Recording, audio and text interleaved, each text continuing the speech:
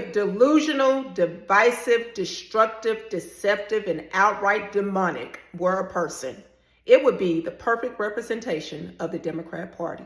And they all start with the letter D. Yeah.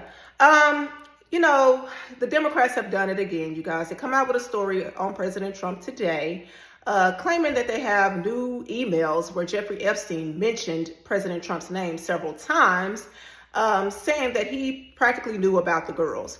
Now, what I find interesting is the timing of this story. First of all, you guys expect us to believe this story now.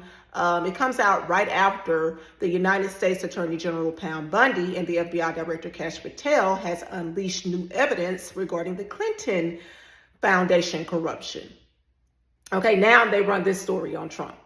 And that happened in 2020 when they found that laptop from hell, the laptop from hell that the former corrupt senile president's crackhead son left at some store, and it was found. And then they ran the narrative that it wasn't his laptop. He denied until they found out that it was. Had 51 intelligence agents that signed off saying that that laptop was Russian disinformation, and it was found to be false. It was his laptop after all.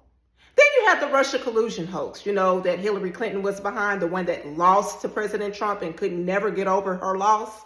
Reportedly spent $48 million of taxpayer money trying to frame President Trump, saying he colluded with Russia, had that pushed out into the bought and paid for liberal DNC media for several months. And then when the Durham report came out, it proved that that was false.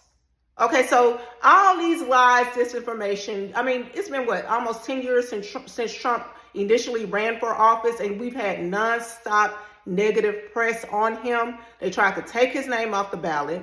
Okay, violation of constitutional rights. They took him off of social media. A sitting president they took off of social media. And you don't think if they can do that to him, they can't do stuff to us.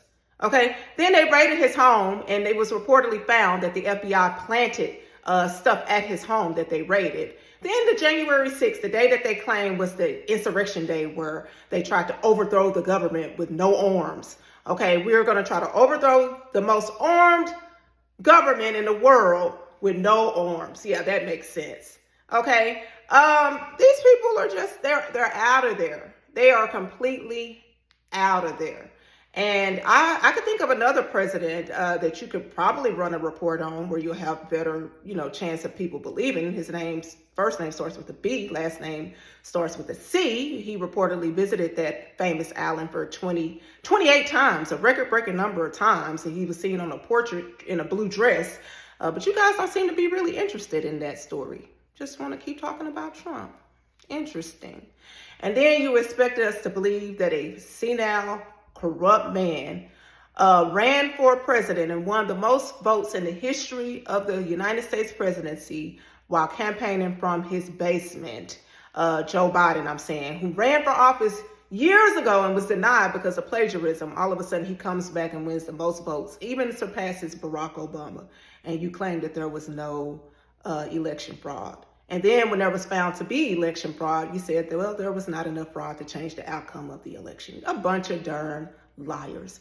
Well, in the words of Kendrick Lamar's famous song, as it pertains to the Democrats, in my opinion, I think it's time to watch the party die.